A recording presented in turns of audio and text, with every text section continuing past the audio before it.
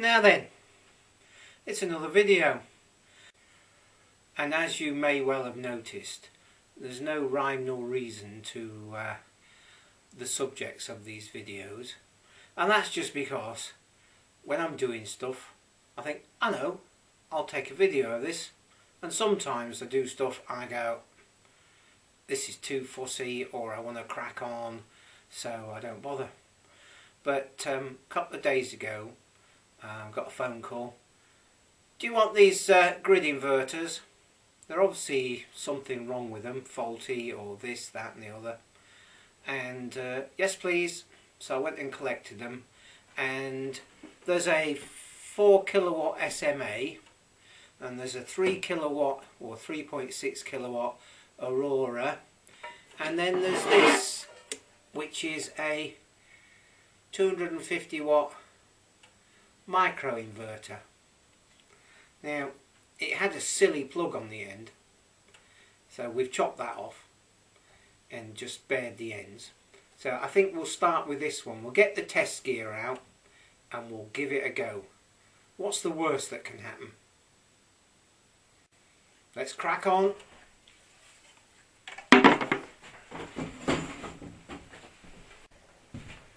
Okay, so we've got the variac supplying the isolation transformer, which that's a 240 to 110, so the variac puts voltage into the 110 side. We take it out of the 240 side, which of course is variable voltage because of the variac, through a rectifier, smoothed by a capacitor, and out on the DC. Now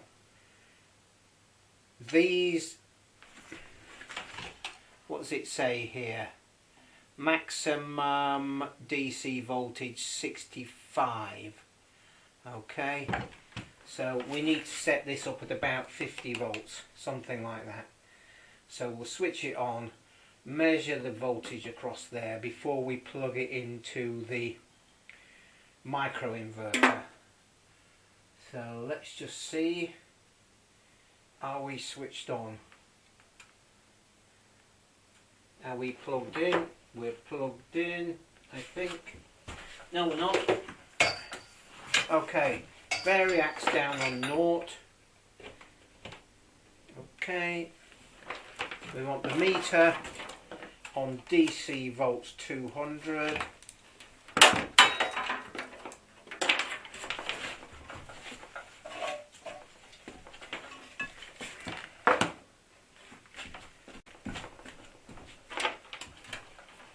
Doesn't matter which way round those go, but I think I've actually got them the right way round.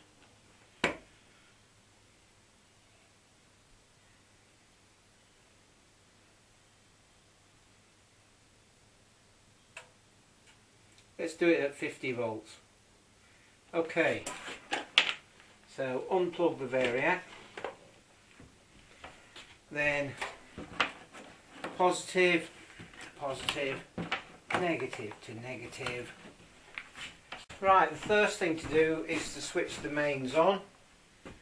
Okay, and we've got the quick test here, or the quick connect, and I've got a power meter here, because obviously these little one panel inverters, there's nothing that tells you what's going on. So let's put some mains into it. Okay, nothing happens. Fine, we're more than happy with that. So, and then let's just put the DC on. Well, that's been 5 minutes, and I did remember to plug it in. So, and it's just cycling between 0.1 and 0.2 watts. So obviously the power is getting through to the inverter, and we've got DC there and nothing's happening. It's all crimped together, so I doubt if I can do much else at the moment. and there's no flashy lights, indicators or anything like that. So we'll leave that one and we'll go on to the next one. Okay, here's the Aurora. Let's just have a look inside that. So we've got the inputs, and these 3 spades on each one are all connected together. There's the mains input, and these I believe are varistors, 3 legs. So we'll just I'll use the mains input that's there and put some DC into here, and we'll use this mains input, and let's just see what happens. Okay, let's switch the mains on.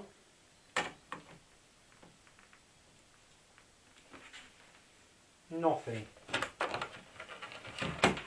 Absolutely nothing.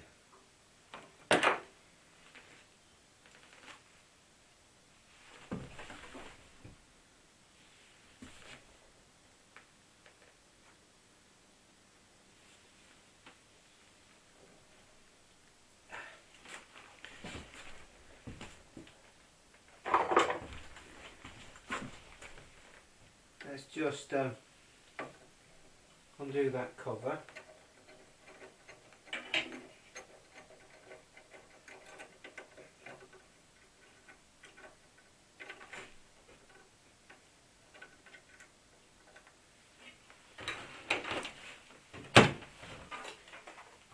Put the meter on AC. Hopefully you might be able to see that. You just come the other side. Switch her on, and yeah, we got AC voltage there.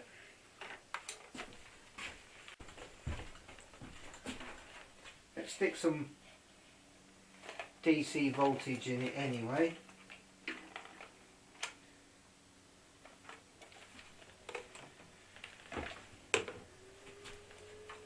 Ah, we got something. Initializing, and we've got what DC voltage? We've got 100. Let's put it up to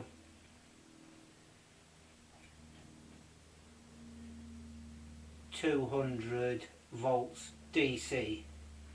Okay, it says waiting sun, and on the side here it goes minimum voltage 90.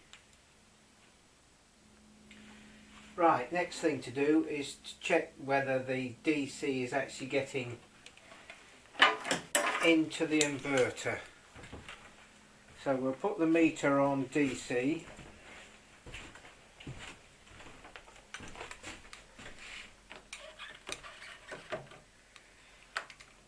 And we'll go, we're on these ones.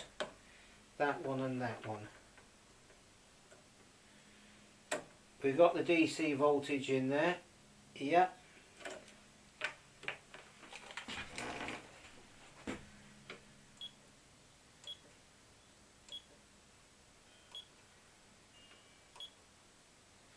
We'll put it on settings, and we'll go enter for settings.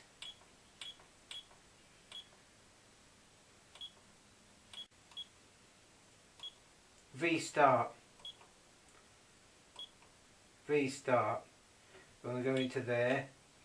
V-start 2, because this is the second here. So we want to go to V-start 2. 199 volts. So let's just change that. 120 is the minimum. I'm just going to drag the camera into here, just so you can see that. In there we've changed the V start to 120, and then we're going to go, can we see? No, we can't. I'm just going to go enter, Okay, and the V start 1, enter, is 199 volts. So I'm just going to change that.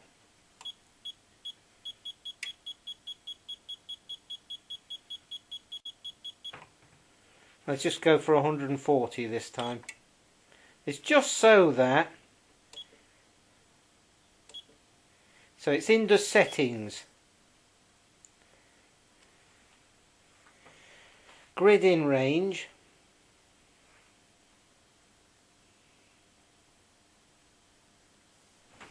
Hopefully you can see all this on that screen. So we'll wait and see what happens. So these have got a setting so that the inverter won't start until the array is going to produce power. Otherwise it will be using a bit of power. But you've got to be aware of that. Next connection 4, 3.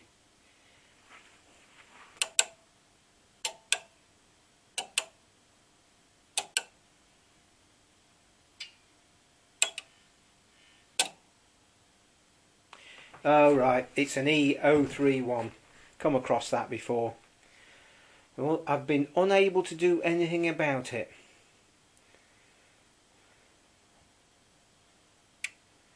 Anybody's got any ideas about this, then shout out. We'll just see if it does it again when it restarts again.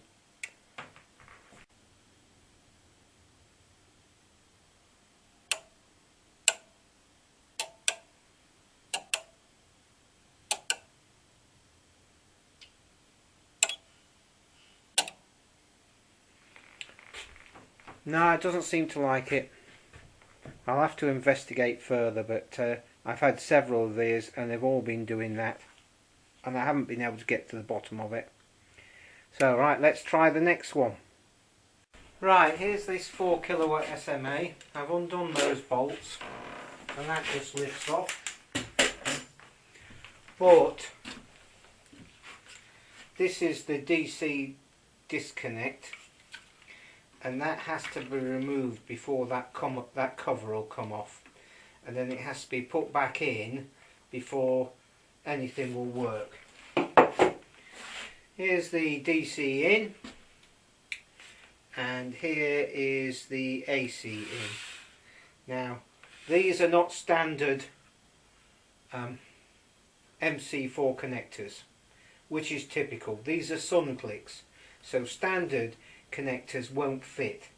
So I'm just going to have to change the leads over before we go any further. Okay, so we've got the live, poke that right in there and push that down.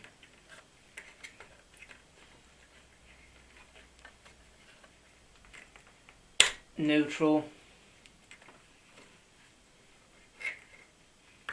earth. Yep, that's good. And we've got the sun clicks, and it won't quite reach, so let's move this over there. And let's just put there and there. Okay. Plug the mains in.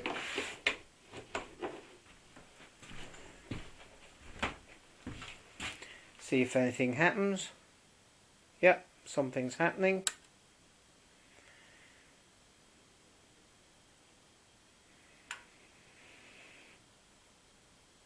Well, it's already done 21,000 kilowatt hours, 21 megawatts. I'm wondering if you can see that on the screen. Yeah, there it is. Now then, let's put some DC into it. Yeah. Okay. We need about probably 150 or something volts.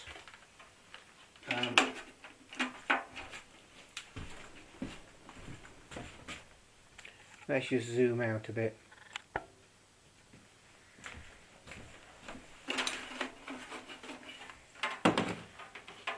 How many? What we're on DC.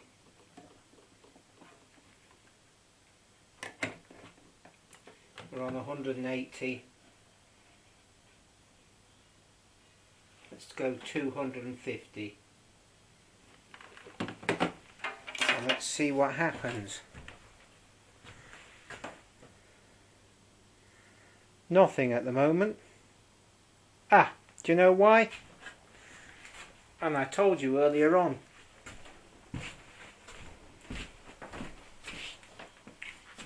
Can we see right? Yeah. We've got to fit the DC disconnect. So I'm going to turn that down, fit that, and then turn it back up.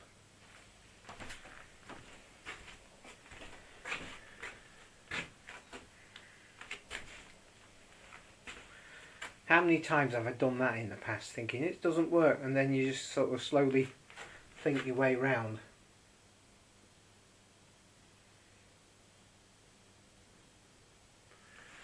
Something's happening.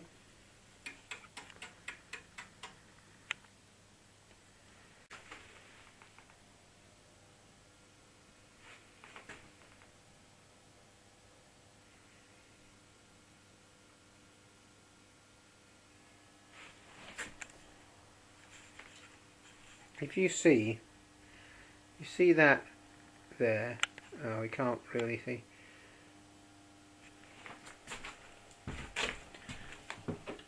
See here, that's a switch there.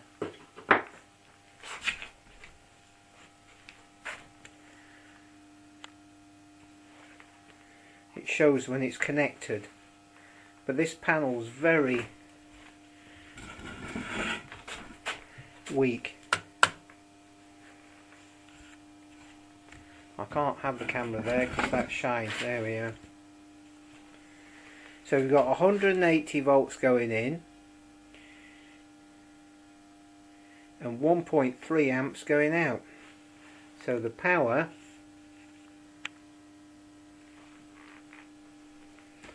,380 watts. So something seems to be working. So why has this?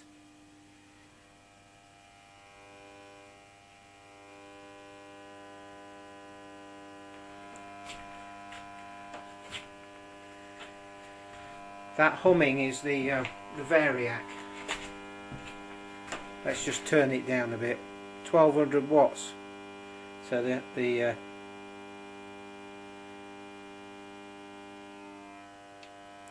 I'll just turn it down so the humming stops a bit.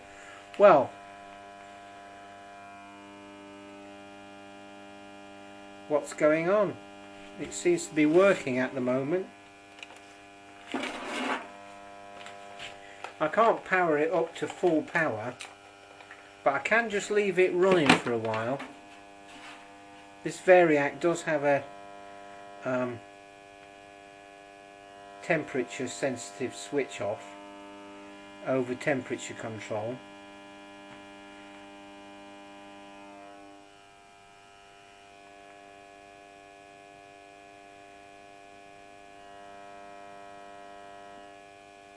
Well, there you go. It's working. Now, of course, the thing is, let me turn this down a bit to get rid of that humming. The thing is, was this inverter rejected because there was something else wrong with the system? SMAs are particularly sensitive to all sorts of earth tracking and stuff like that, whereas other inverters aren't.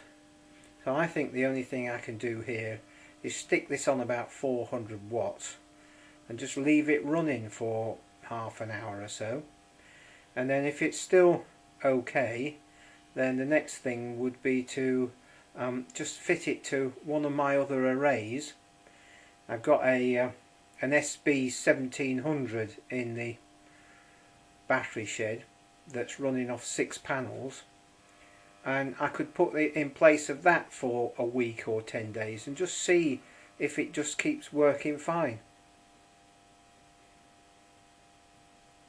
So there you go. Maybe from this haul of inverters there's one that might very well be okay. I always believe in not running grid inverters very hard anyway. You're going to get a lot more life out of them if you run them about half power. They don't get as hot.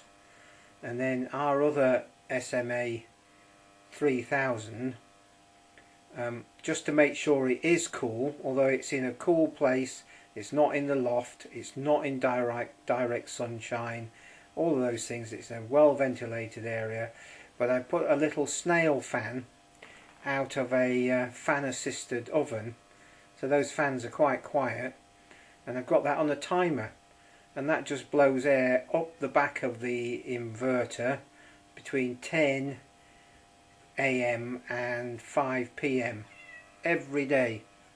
And we've got a pussycat come to see us.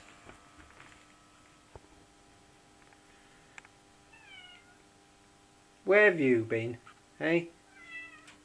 We've been wondering where you've got to. Is it dinner time? I'm just going to talk to this camera for a minute. Anyway, so there you go. Mess around, connect things up and test them. So I'll leave this running for a while and we'll see what happens. Catch up with you soon.